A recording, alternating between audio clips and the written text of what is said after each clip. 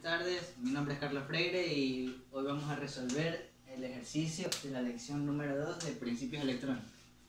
Entonces el ejercicio nos pedía la zona de trabajo de los transistores Q1 y Q2 y además nos pedía el valor o rango de la resistencia R para que el transistor Q3 opere en zona lineal.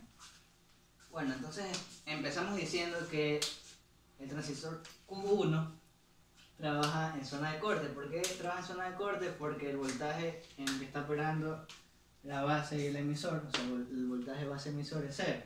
Y por eso podemos decir también que la corriente de base es 0 y es 0. Entonces, como la corriente de base es menor a 0 o igual a 0, va a estar en zona de corte. Ya. Entonces, luego de decir que el transistor Q1 está en zona de corte, cuya representación sería esta, entonces volvemos a replantear el circuito o a redibujar el circuito. Lo tenemos acá abajo. Entonces es como que desaparece el transistor Q1 al estar en corte. Al desaparecer el transistor Q1 nos queda este circuito más pequeño. Luego asumimos que Q2 está en saturación y debemos asumir que Q3 está en zona lineal porque el ejercicio nos pide el rango de la resistencia D para que Q3 esté en zona lineal.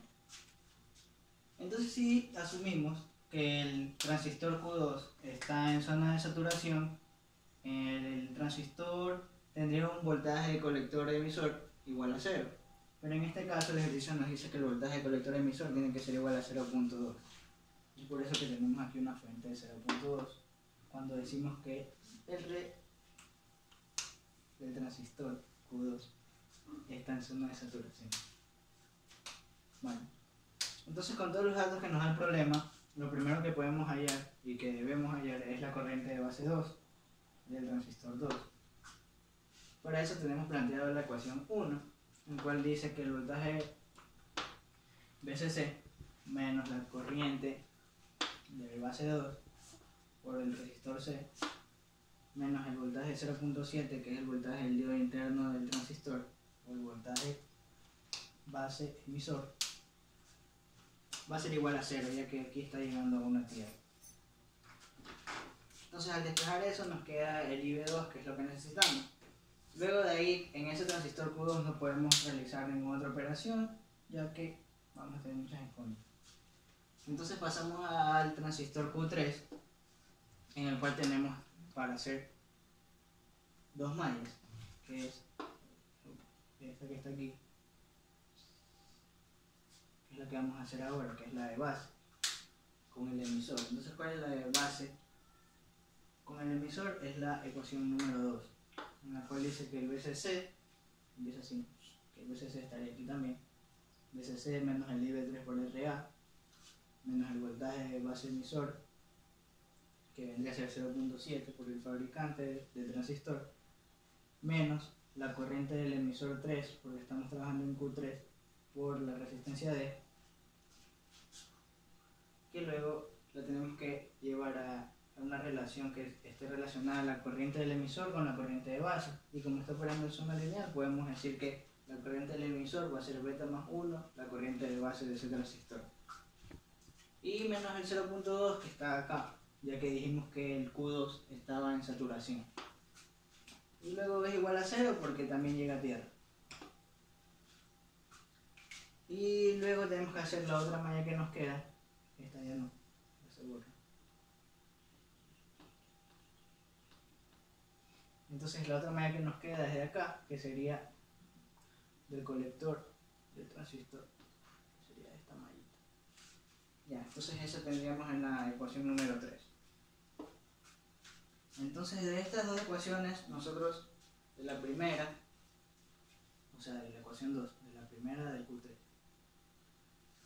despejamos la corriente de base 3 para poder hallarlo, para poder tener una referencia con respecto a la resistencia D.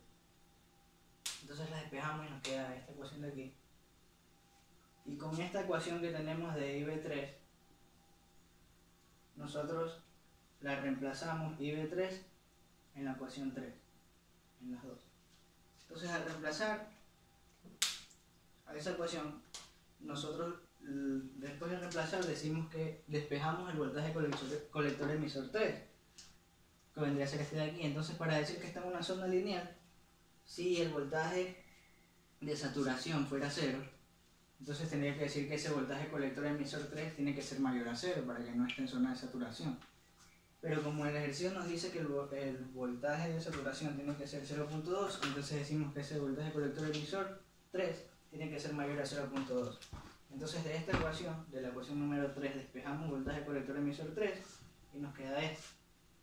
Y lo cual hacemos que A es mayor a 0.2 por lo antes dicho. Ya. Entonces aquí reemplazamos el IB3. Aquí está reemplazado el IB3. IB3, esta es el IB3. Y está reemplazado. Y despejamos ese 0.2 y se hizo 0.4. Luego de eso, pasamos el BCC que está sumando a restar al otro lado y multiplicamos todo por el denominador que está aquí. O sea, todo. Y nos queda lo que está acá, que sería el 0.4 menos BCC por el denominador y todo esto. Multiplicado por ese denominador, como es el mismo, solo se va a eliminar el denominador. Y luego seguimos acá abajito, resolviendo ya todo con valores, para poder hallar el valor de RD o el rango de valores de RD, para que el transistor Q3 opere en zona lineal. Y solo reemplazamos, despejamos, sumamos, restamos, y luego aplicamos esta propiedad, porque nos queda algo como esto de aquí, que dice que menos A es menor a menos B. Entonces, para pasarlo a algo que sea coherente, decimos que A es mayor a B. Y al final nos queda que la resistencia D tiene que ser mayor a 3092 ohms para que Q3 opere en zona lineal. Y entonces ahí queda demostrado que Q3 opera en zona lineal y que Q2 está en saturación y que Q1 está en zona de corte. Y que ya terminé mi video. Y quedamos ahí. Chao. Amigo, tienes que cortar. Hace rato. Se olvida de eso.